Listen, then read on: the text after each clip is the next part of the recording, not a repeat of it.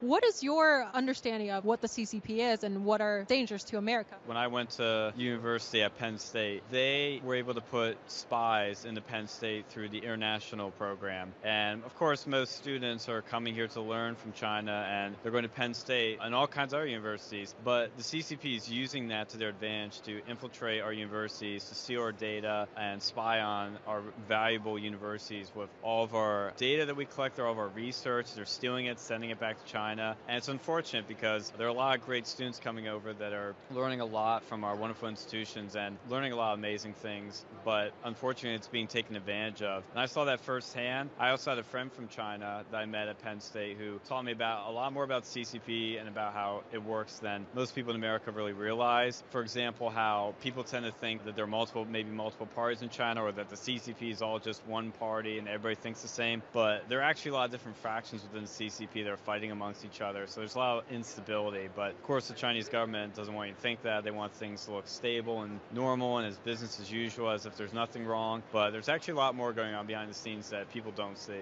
The CCP has infiltrated America in a number of ways, and mainly some of the most concerning parts are their infiltration in the U.S. media, in the U.S. academic institutions, and in the U.S. justice system. So I wonder if you're familiar with how the CCP has infiltrated the U.S. in terms of on the side of media and the U.S. justice system. If you look at the media, for example, there are a lot of news websites that are popping up now, or news sources that are bought and paid for by the CCP. I mean, there's like a new one every day, it feels like, or there are articles that are with sources that are being paid off by the CCP. And I mean, even in our most mainstream newsrooms, you have people that are in relationships with Chinese spies, or even our own politicians like Eric Swalwell is a more notorious example. So it's happening everywhere, and Americans are waking up. They've been waking up for the past, I'd say, about 8 years roughly, ever since Trump announced his run, and he was raising the alarm bells on the influence of China on America, how they're our biggest threat, when we're all supposed to think it's Russia. We're always told it's Russia, it's our biggest threat, but it's really China. It's really the CCP. Thankfully, a lot of people are now up to speed on, and hopefully there's more action being done about it. I mean, there's a lot of great talk, but we need more action